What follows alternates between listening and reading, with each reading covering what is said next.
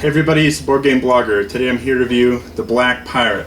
Now this is a children's game, mostly dexterity, but it's really fun with adults as well. Adults seem to love this game, children love the game, and it's very fun. There's sort of a theme of sailing ships in the Caribbean, trying to find treasure, and there's a neutral black pirate character who can go about robbing people. Who can be controlled by all the players at any given time. It's a dexterity game, and what's neat here is you've got a bellows in a ship, and you'll be puffing, and the ship will sail around. You've got map board pieces here with some islands that are elevated, so you have to sail around the islands, get into the harbor, and rescue the treasure. Rulebook is good. It's pretty well done. It is, multilingual. Actual English rules are, a couple pages long. It's easy to read, easy to understand. Children seem to really enjoy this game. It's lots of fun. It's helping them get better sort of hand-eye coordination, just fine motor skills. The colors, I guess, can help here. One issue I have, though, is that there's some islands that have colors on them, and then there's also player boats that are unrelated, but they're the same color. And I think that can confuse some people, especially little children. It would have been better if the player colors, were different from the colors on the island. Additionally, there's an orange and a red island, and one of these, there's an orange and red flags you roll to see where money is distributed onto the island. And I can't tell the difference looking at these dice. I'm not colorblind, but I couldn't tell the difference. I thought maybe this is a misprint of my copy, but I've got a good friend with small children I also game with. He's got a copy of this game, and it's the same for his dice as well. So I think that's an issue. Maybe we both got two misprinted copies, but I think that's kind of a low chance of that happening. What we've just done is just sort of assign colors during the game. You could always take a marker to it as well. I think this could have been helped and avoided if there were symbols on the flags as well. There's symbols on the board, different symbols for the colors, but it's not on the dice. I think that would have been helpful, especially for those who are colorblind. But I'm sure you're eager to see how the game plays. But this is a fantastic dexterity game, not just for children, but I think it's best with children. I'm a fan of dexterity games, and this is a good one. Just played it at a recent convention, board game convention in Denver, with all adults, and everyone seemed to have fun playing that as well. But I think it's good for children as well. It's just a fun little game. But let's take a look at how the game plays. So here's the board on setup. We've got the 4 player colors. We then have the pirate in his harbor and sort of the general map. We don't have any gold yet on any of the islands. That will happen once we roll the die. We're going to roll a color die to see which island actually receives the gold, and then we will roll a movement die to see how many puffs on the bellows we will actually get on our turn, and if we move the pirate dice. So we're going to roll. We have 4 puffs on the bellows, and then both the red island and the yellow island will receive a gold. So we'll place them there. And that was, for instance, green's turn. That we're going to have 4 puffs on the bellows, trying to move into sort of the lighter colored harbor. If we zoom in, we can see sort of where the ocean is this dark color, and this lighter blue color is the harbor. We need to get the boat in there to receive the coin. So we have 4 puffs. We're going to go 1, 2, 3, and 4. So we've kind of maneuvered the boat around, and it's heading towards the island.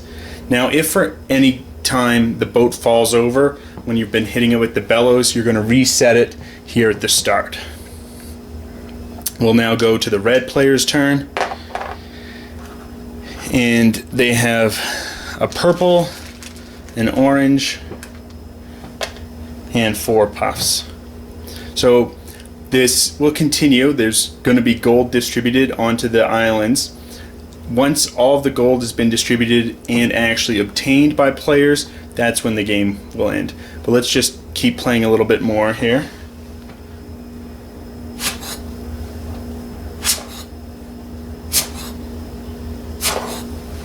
Okay, so there we almost have the red into that lighter blue color. It doesn't look like they quite made it, but probably will happen soon. So they don't yet get to collect that gold. We now have the blue player will go. They put one on green, but now they also rolled the pirate here. So 3 puffs on the bellow with the pirate won't actually get to control their own player. So now the blue player knows, okay, looks like red's probably going to get some gold soon. Let's start sending the pirate over in that direction. So we have 1, 2, 3. We now go with yellow's turn, and we have blue and 3 puffs. Now here there's some of these closer islands that have gold, closer to the camera that is, whereas both the red and green player are heading further away. So yellow's deciding they're going to 1, 2, 3. But that didn't work out very well, but they were planning on deciding to go towards the camera, one of those islands, but that wasn't very successful. We'll continue now with green. They put one on the green island and go. It is their turn. 1, 2, 3. So here now they've made it into the harbor. They will collect that gold. It will go into their bag, which is hidden knowledge from the other players that sort of helps children with counting and being aware of hidden information, keeping track of how much gold a player has. And then it's important also for them using with the pirate, because when you control the pirate, if you have the pirate ship encounter and sort of touch another player's boat, you'll be able to steal some gold from them, and it sort of leads to a bluffing mechanism. You can steal at the most up to 3 gold from a player. They're going to take a maximum of 3 out of their bag that they've collected so far, potentially less if they haven't collected it, and then they're going to secretly choose to divide it up between a couple of different hands. So they can choose to put, 3 gold in one hand, 0 in one, or 1 in 2. They're going to then put both hands out here, and someone's going to announce which one they want. They say, oh, I think the gold's in the left hand. Boom. So they're going to steal that 1 gold. The 2 I had in the other hand go back in my bag, and they would not have been stolen. So those are the rules. I think it's fun. It's just a neat dexterity game, using the bellows, getting good with it, trying to get a good angle, and simply move the ship to get the gold. It plays quick. It can have a pretty variable time, however, because the game does not end until all the gold is first placed on the islands and then collected. And if people keep knocking over their ships like that, if I knock over my ship, I'm going to have it reset. I could be really close to collecting the gold and then I knock it over. And that if everyone's doing that, it can really slow down the game and it can really drag it on. But generally, game is going to be done in about half an hour. Longest I've ever seen it go is an hour. But just be aware there is that variable time. But I think it's a wonderful children's game, wonderful dexterity game, and definitely is worthy of winning the Children's Game of the Year.